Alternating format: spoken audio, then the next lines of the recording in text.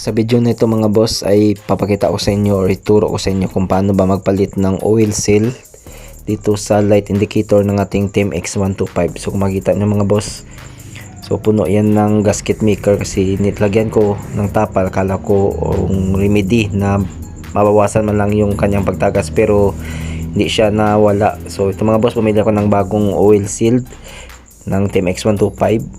So nabili ko yan mismo mga boss sa Honda. So mura naman, bili ko dyan, nasa 45. So yan ang ating papalit mga boss. So bago natin yan may kabit, so kailangan tanggalin na natin mga boss yung cover ng kanyang magneto. Tanggalin natin to, baklasin natin para mapalitan natin yung kanyang oil seal. Ayun, natanggal na natin ang cover ng kanyang magneto. Madali naman tanggalin yan, so marami namang tutorial dyan sa YouTube, mapanood nyo. At dahil di nasira yung kanyang gasket, so goods to, hindi natin kailangan palitan ng bago.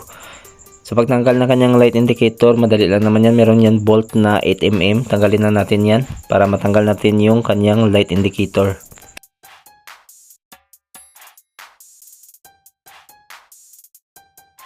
Pag natanggal natin kanyang bolt, so hugutin lang natin ang kanyang light indicator, ganyan lang, ilay natin palabas.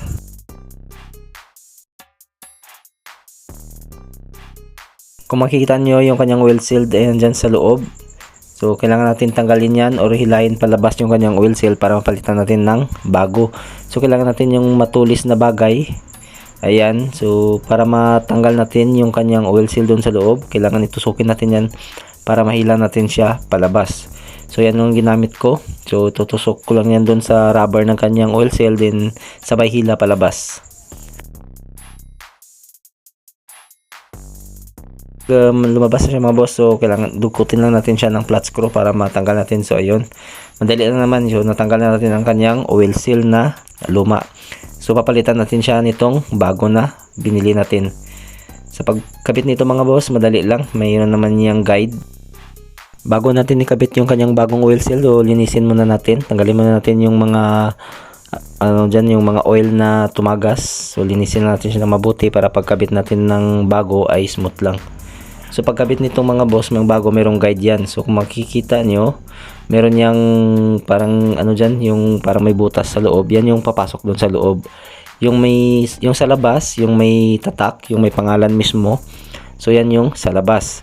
So yun lang, itutulak natin siya pa loob. So gamitan natin siya ng 14mm na wrench, or kung wala, hanap lang kayo ng pwede yung pangtulak pa loob. Yung sa akin kasi mga boss, ginamit ko dito yung gamit ko na Y, yung na 14mm. So yan yung ginamit ko para maitulak ko papasok sa loob yung oil seal. So kailangan hindi siya tabingi sa pagpasok mga boss para hindi masira ang ating oil seal.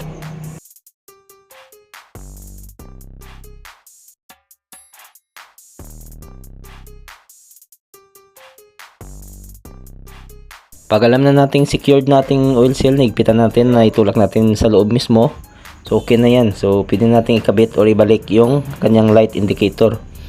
So kung nakikita nyo, yan, pasok na pasok siya sa loob. So make sure nyo lang na hindi siya masyadong napitpit doon sa loob mga boss. Yung tamang pagpasok lang na hindi naman masyadong maluwag. So pagbalik na tong kanyang light indicator, mayroon na yung guide. So kung nakikita nyo, yung parang may guide yan, yung tinuturo ko mga boss, yan. Yung guide, kailangan makipasok mo yan doon sa butas, doon sa loob. So meron yung butas doon na parang hiwa, yan. Kung nakikita nyo, kailangan magtugma siya dyan mga boss. So ayan, i-match nyo lang o itugma nyo lang pagpasok dyan sa kanyang light indicator.